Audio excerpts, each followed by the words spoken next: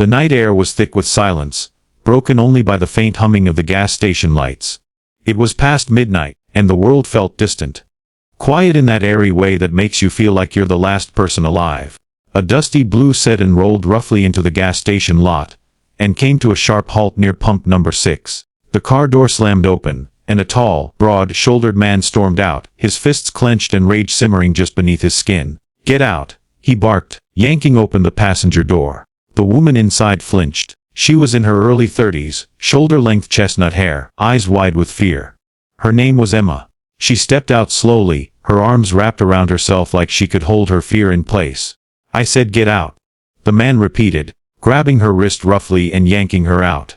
"You think you can talk to me like that? In front of everyone? I didn't mean to upset you," she whispered, her voice trembling. "I just wanted to leave." The man's voice grew louder. "Don't lie to me!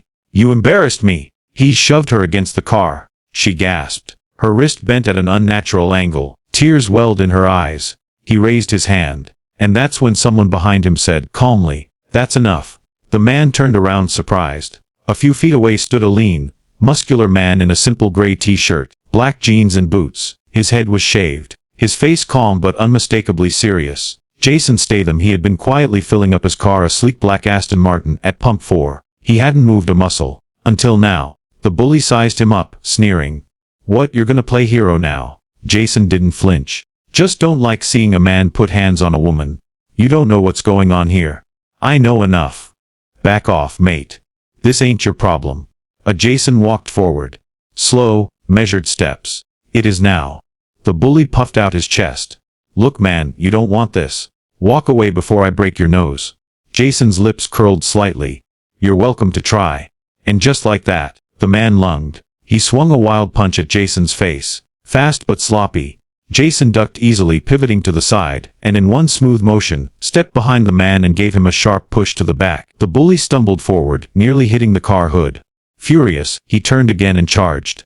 This time, Jason didn't wait. He sidestepped the rush, grabbed the man's jacket, and slammed him into the side of the car with controlled force.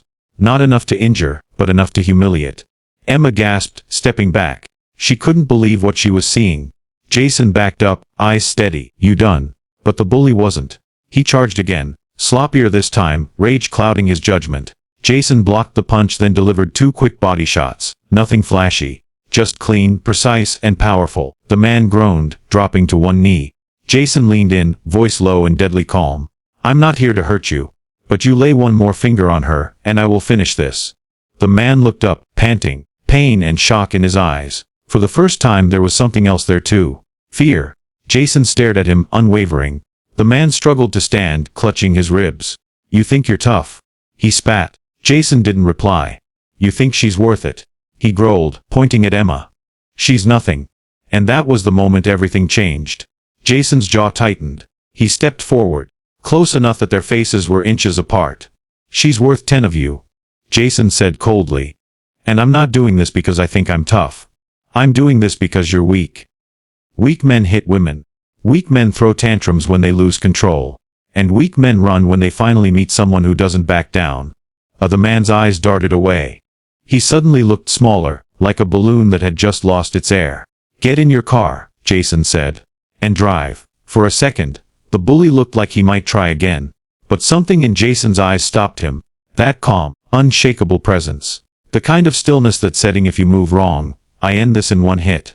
The man cursed under his breath, spit on the ground, and limped back to his car. He started the engine with a roar and sped out of the station, disappearing into the night. Emma stood frozen. Jason turned to her, voice gentle now. "You okay?" She nodded slowly, then shook her head, tears spilling. "I don't know." He took a step closer, but not too close. He gave her space. "It's okay. You don't have to be okay right now." Emma looked up at him. "Why did you help me?" Jason thought for a moment. "Because I've seen this before. I've seen good people convinced they're worthless just because someone louder says so. You didn't deserve that. No one does." Her voice cracked. "He used to be sweet. Things changed. And I kept thinking I could fix it." Jason nodded. "That's what they want you to think, that it's your job to carry their brokenness." Emma wiped her tears, trying to steady herself. "Thank you." Jason gave a small smile. You're stronger than you think. Walking away will be the hardest thing you'll do. But it'll also be the best. She looked down at her shaking hands. I hope so. Jason looked back toward his car, then at her. Need a ride, or someone to call? I'll call my sister, she said. She's been begging me to leave him. Good, Jason said. She sounds smart. As he walked away, Emma called out one last time. Wait, what's your name? He smiled. Jason. Her eyes widened. Jason Statham, he shrugged. Just a guy at a gas station. Then he climbed into his Aston Martin, started the engine, and drove off into the night.